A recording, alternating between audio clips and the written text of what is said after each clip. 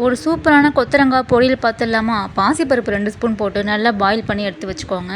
இப்போ ஒரு பேனில் 2 ஸ்பூன் ஆயில் ஆட் பண்ணிவிட்டு கொத்தரங்காவை நல்லா நம்ம வதக்கிடலாங்க.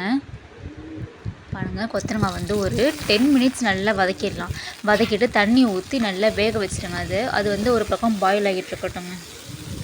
நம்ம நல்லா ஒரு 10 நிமிஷம் அந்த கொத்தரங்காவை வதக்கிட்டு தண்ணி ஊற்றினா உங்களுக்கு சீக்கிரமாகவே இது வந்து பாயில் ஆகிடுங்க. நல்லா உங்களுக்கு வெந்து போயிடும்.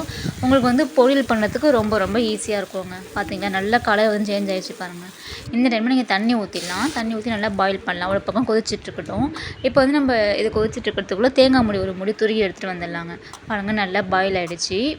இப்போ வந்து ஃபில்டர் பண்ணி வச்சிடலாங்க. இப்போ அதே பேனில் 2 ஸ்பூன் ஆயில் ஆட் பண்ணிக்கலாம். கடுகு, உளுத்தம்பருப்பு, கருவேப்பிலை, பெருங்காயம் இது 4ம் போட்டு நல்லா வறுத்துடலாங்க. நெக்ஸ்ட் வந்து ஃபில்டர் பண்ணி வச்சுருக்கோம்ல கொத்தரங்காய், அதை எல்லாத்தையுமே இது கூட நம்ம ஆட் பண்ணிடலாம். நெக்ஸ்ட் வந்து பாயில் பண்ணியிருக்கோம்ல பருப்பு, அதை எல்லாத்தையுமே இது கூட போட்டுடலாங்க. நெக்ஸ்ட் வந்து இதுக்கு தேவையான சால்ட்டு 1/4 ஸ்பூன். அதுக்கப்புறம் இட்லி மிளகாய் பொடி இருக்குல்ல, அது வந்து ஒரு 1/2 ஸ்பூனுங்க. துருகி வச்ச தேங்காய் இருக்குல்ல, அதை எல்லாத்தையுமே போட்டுடலாங்க. அவ்வளோதாங்க, சூப்பரான கொத்தரங்காய் பொரியல் தயாராகிடுச்சு.